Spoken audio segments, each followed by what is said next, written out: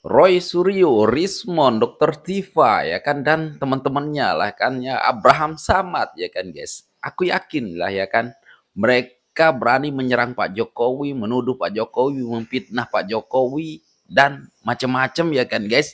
Karena menganggap Pak Jokowi itu akan sabar seperti Pak Jokowi masih menjabat sebagai presiden ya kan guys. Kalian tahu sendiri lah ya Pak Jokowi sangat sabar, dicaci, dimaki, bahkan sampai dikatain Rocky Gerung bajingan tolol ya kan. Pak Jokowi nggak pernah mau ngelaporin siapapun sewaktu Pak Jokowi masih menjabat ataupun menjadi presiden ya kan guys. Tapi ya kan alangkah kagetnya mereka ya setelah Pak Jokowi turun langsung melaporkan mereka. Mereka ini shock ya sebenarnya kan guys, kaget. Karena nggak nyangka aja gitu ya kan. Pak Jokowi melaporkan mereka ini. Ya mungkin dulu sebelum mereka dilaporkan Pak Jokowi, dia menganggap Pak Jokowi, alah kita serang aja Pak Jokowi. Itu Rocky Gerung itu pernah ngatain Pak Jokowi bajingan tolol, nggak diapa-apain, nggak dilaporin. Ah kita serang aja ijazah palsu ini, terus aja kita fitnah. Nggak mungkin Pak Jokowi akan melaporkan kita, tenang aja. Mungkin ya mereka berharap begitu ya kan. Tetapi setelah ya Pak Jokowi melaporkan langsung ya kan tanpa diwakilkan ya turun langsung ke Polda Metro Jaya untuk melaporkan Roy Suryo, Dokter Tiva dan ya teman-temannya lah ya kan. Di sini Abraham Samad tiba-tiba panik ya ataupun ya kelihatannya takut ya temennya akan masuk penjara gitu dan ya kalian tahu sendirilah si Abraham Samad nih ya kok bisa dibilang kaum munafik juga ya kan. Setelah Pak Jokowi melaporkan mereka ya Abraham Samad meminta ataupun memohon-mohon untuk Pak Jokowi mencabut laporannya dan katanya teman saya Pak Jokowi dulu teriak-teriak adi di Jokowi tangkap Jokowi ya sekarang bilang temen dasar munafik. Oke lah guys, langsung saja kita simak video ini. Mari kita duduk KPK dan kantor kepolisian Abraham Samad bahwa segera melakukan penyelidikan terhadap sebelum temennya dilaporkan. Siap. Hadiri. Saya menghimbau teman saya Pak Jokowi ya supaya Teman saya Pak mungkin Jokowi. lebih elok, lebih arif, memberi contoh kepada masyarakat supaya tidak melanjutkan laporannya. Presiden Mampus. Prabowo Ini masih juga akan membiarkan anak-anak bangsanya yang kami ini. Kenapa Mas Suryo? Takut. takut. Makanya jangan aneh-aneh. Udah enak-enakan hidup di luar sono, ya. Ya, Bikin yang aneh-aneh. aneh-aneh. Berani berbuat, berani bertanggung jawab, Mas. Ya, jadi laki-laki. Ya. Jangan Anda yang makan nangkanya, orang lain dapat getahnya. Paham? Jangankan ancaman penjara, Joko Widodo, ya. Ancaman. Woi, matanya Rismon, jangan banyak bacot lu. Kamu sudah ngasih apa ke negara ini, Cuk? Cuk, waduh. Sedangkan Pak Jokowi itu mimpin 10 tahun sudah bagus, mantap, dunia mengakui. Mulutnya kamu sudah ngasih apa? Tolong Pak Prabowo, Pak Kapolri, tangkap orang ini biar gak bikin gaduh. Seandainya deket sama saya, kamu selesai sudah mulutnya kamu. Cuk. Wow. Bikin gaduh aja. Ya. Kamu sudah ngasih apa ke negara ini, ke republik ini? Jangan banyak bacot lu. Haha. Tidak terima kamu omongan saya, ketemu mobil saya. DM nomornya ya. Bangsat ini. Waduh, mantap nih. Kurang ajar bikin gaduh aja. Ketemu sama saya nanti. Pecahkan kepalanya itu. Kurang ajar bikin gaduh aja. Tepet Pak Prabowo, Marah tangkap. nih. Nah ini pengacara yang gugat ijazah Jokowi ternyata jadi tersangka kasus pemalsuan ijazah. Ini mau memerangkap malah terperangkap sendiri. Waduh, buru-buru ikan lele, nasi bubur lele. Kepolisian Republik Indonesia tidak Ini apa buru-buru lagi? ya seharusnya untuk menerima laporan tersebut. Harus dilihat apakah orang tersebut mempunyai legal standing untuk bisa melakukan pelaporan ya. Karena pada dasarnya kita sudah paham beberapa hari menjelang pelaporan tersebut ya, pihak kuasa hukum dari Bapak Joko Widodo sendiri mengatakan terindikasi ada 4 orang yang akan dilaporkan dan itu menyangkut pencemaran nama baik. Jika bicara soal pencemaran nama baik, maka itu harus dilakukan oleh orang yang bersangkutan dan tidak bisa diwakilkan ya. Nah, apakah ini merupakan suatu penyimpangan yang mereka lakukan dan biasa dilakukan? Itu memang sudah merupakan fakta demikian adanya. Nah, oleh karena itu sebagai pihak yang dilaporkan, kita pun tidak ingin kalah cerdik dalam hal ini ya, karena memang hal demikian itu tidak boleh sebenarnya. Bukankah kita sudah baik-baik ya kan, seharusnya tidak boleh seperti itu. Nah baiklah, kami ingin mengatakan semoga dengan datangnya kami ke DPD ini, insya Allah akan ada jalan keluar, bahwa sesungguhnya tidak boleh terjadi intimidasi, tidak boleh terjadi hal-hal abuse of power, apalagi dari orang yang sesungguhnya sudah tidak lagi berkuasa. Demikian, semangat, kita akan tegakkan hukum dimanapun berada ya, bagaimanapun hukum adalah panglima. Demikian. Assalamualaikum warahmatullahi wabarakatuh. Nggak lama lagi masuk kalian. Ya, demikianlah konferensi pers kita pada siang hari ini. Sekian, billahi taufiq walhidayah. Wassalamualaikum warahmatullahi wabarakatuh. Bang Roy, mental aman. Mental aman. Yang ngadu domba anak bangsa juga siapa Pak selama ini? Toh selama ini Pak Jokowi diam saja. Tapi kan abang yang bikin ontran-ontran, bikin gaduh, bikin riuh. Ya itu di media sosial. Bingung ya kan. Nggak Ngapain ada Pak Jokowi selama ini Pak Jokowi itu ngadu ngurusin domba. orang-orang seperti kalian ini gitu loh. Bagi dia itu dianggap lalu saja gitu. Tapi makin kesini kok kalian semakin jumawa. Lalu ketika Pak Jokowi diam saja, kalian anggap Pak Jokowi itu pengecut.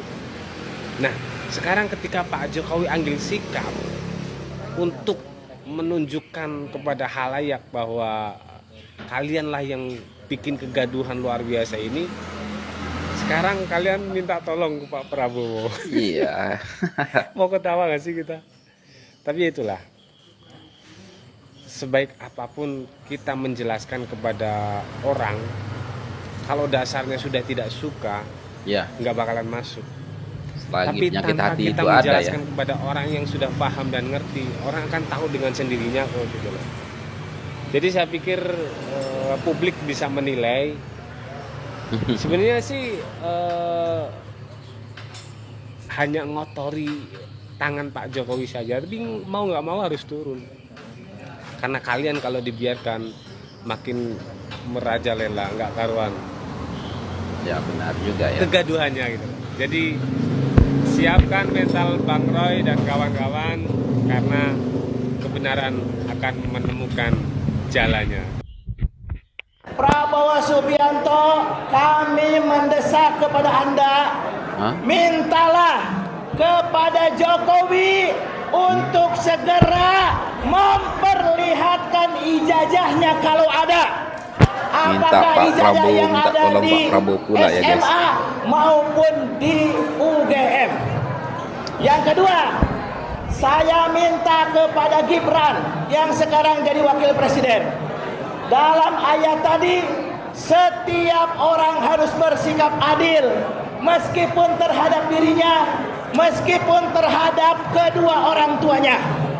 Wahai Gibran, meskipun Jokowi bapak Anda telah merekayasa berbagai hal sehingga engkau menjadi wakil presiden, Anda harus bersikap adil. Segera minta kepada bapak Anda, segera minta kepada Jokowi untuk memperlihatkan ijazahnya kalau ada. Khususnya kepada Dr. Suryo, takbir. Kepada Dr. Tipa, takbir. Kepada Kang Rijal, takbir. Kepada Bung Risman, takbir. Kalau Gibran tidak berhasil meminta kepada ayahnya untuk memperlihatkan ijazahnya, maka harus segera mundur dari wakil presiden. Terakhir, Itu mereka buktikan, Pak. Ada mereka foto-foto sudah bersama Pak Jokowi. Bahwa ada 1-2 foto yang beredar di sosial media misalkan, di sana tidak ada Pak Jokowi, ya tidak mungkin juga 88 orang itu ngumpul berbarengan. Tetapi misalkan ada dalam satu gelombang itu yang bersamaan dengan Pak Jokowi, ada. Asli foto itu bisa dipertanggungjawabkan. Ada nggak di teman-teman seangkatan Ada, Jokowi? Pak. Tunggu dulu, pertanyaan saya belum kelar. Yang juga pakai kacamata, yang nyata-nyata nggak boleh kan pakai kacamata di foto ijazah. Nah, itu juga perlu kita luruskan agar tidak simpang siur aturan-aturan yang berlaku pada saat itu. Menurut saya, Pak, Ini menurut saya ya, menurut saya sepertinya aturan itu tidak baku-baku banget pada saat itu. Kenapa? Karena ada pembuktian dari beberapa kampus, bukan hanya UGM, ada juga yang pakai kacamata pada tahun itu ya.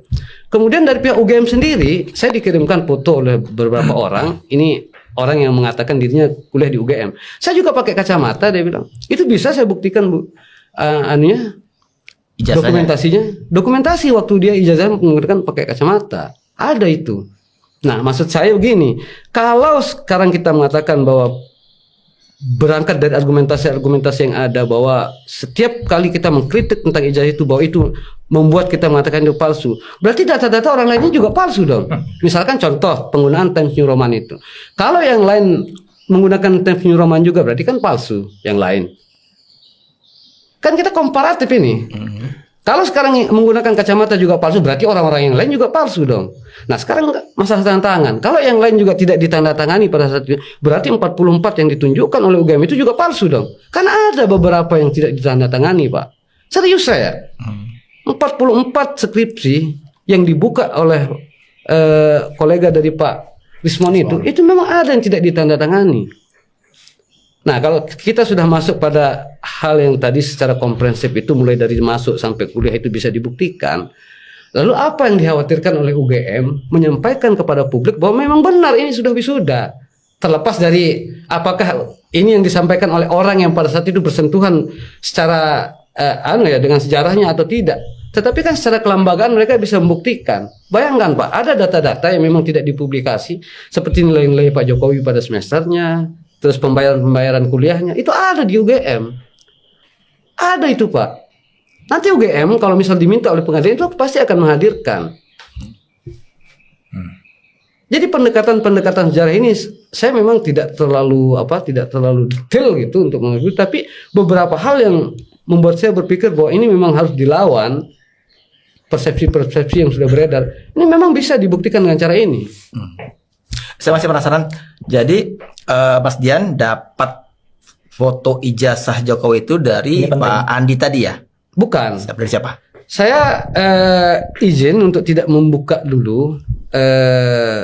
Nah, itu dia ya kan, yang mungkin ya sudah tahulah tentang ijazah-ijazah tahun 85 ya kan. Ada temannya yang mengaku pakai kacamata juga ya kan. Kena mental lah si Roy Suryo dan Rismon ya. Nah, jadi guys ya, kalau kita lihat ya kan, mereka-mereka ini setelah Pak Jokowi melaporkan mereka ini semakin panik ya kan, karena mungkin nggak nyangka juga ya kalau Pak Jokowi tiba-tiba berani melaporkan. Kok Jokowi sekarang beda sama Jokowi yang dulu gitu ya. Mungkin dalam pikiran mereka begitu ya kan guys. Karena dulu kan Pak Jokowi sering difitnah, dicaci maki, ditolol-tololin, kok nggak ngelapor gitu ya kan. Aku kira mungkin dalam pikiran mereka, ya aku kira masih seperti itu. Roy Suryo juga pasti berpikir seperti itu. Kok Jokowi ngelapor gitu ya kan. Aduh, kena aku ini. Masuk lagi aku ini. Dalam media sosial ya kita lihat mereka ini ya senang-senang aja, masih tegar ya kan. Tapi dalam hatinya ya, kalau malam-malam tidur, sebelum tidur itu pasti berpikir, waduh, dalam sel lagi aku nanti nih, nggak lama lagi nih, kapan sidang nih, aduh. Masuk lagi kayaknya gue nih. Kayaknya kali ini agak lama gitu ya. Aku yakin Roy Suryo pasti ada ketakutan. Aku jamin guys. Karena ya Roy Suryo pernah masuk juga.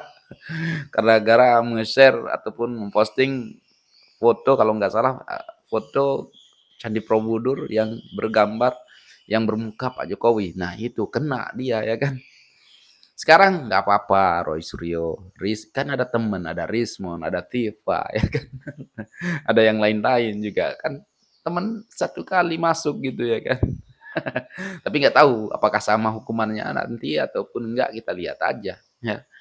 Ingat ya, Pak Jokowi sudah rakyat biasa. Dulu mungkin Pak Jokowi diam karena Pak Jokowi masih presiden. Ya nggak mungkin lah ya seorang presiden melaporkan rakyatnya sendiri. Pasti anggapan kalian kan macam-macam ya kan. Nah sekarang Pak Jokowi rakyat biasa. Nah kalian kena ya. Dan banyak yang netizen yang bilang 1.000 triliun ya. Setelah Pak Jokowi melaporkan mereka ya 1.000 triliun netizen yakin kalau mereka-mereka ini bakalan masuk. Dan aku juga Pak, yakin sekali gitu ya. Karena kita meyakini ya kalau Presiden Pak Jokowi, Pak Jokowi ya maksud saya, adalah yang mempunyai ijazah asli, karena bukti hidup teman-temannya masih hidup ya kan.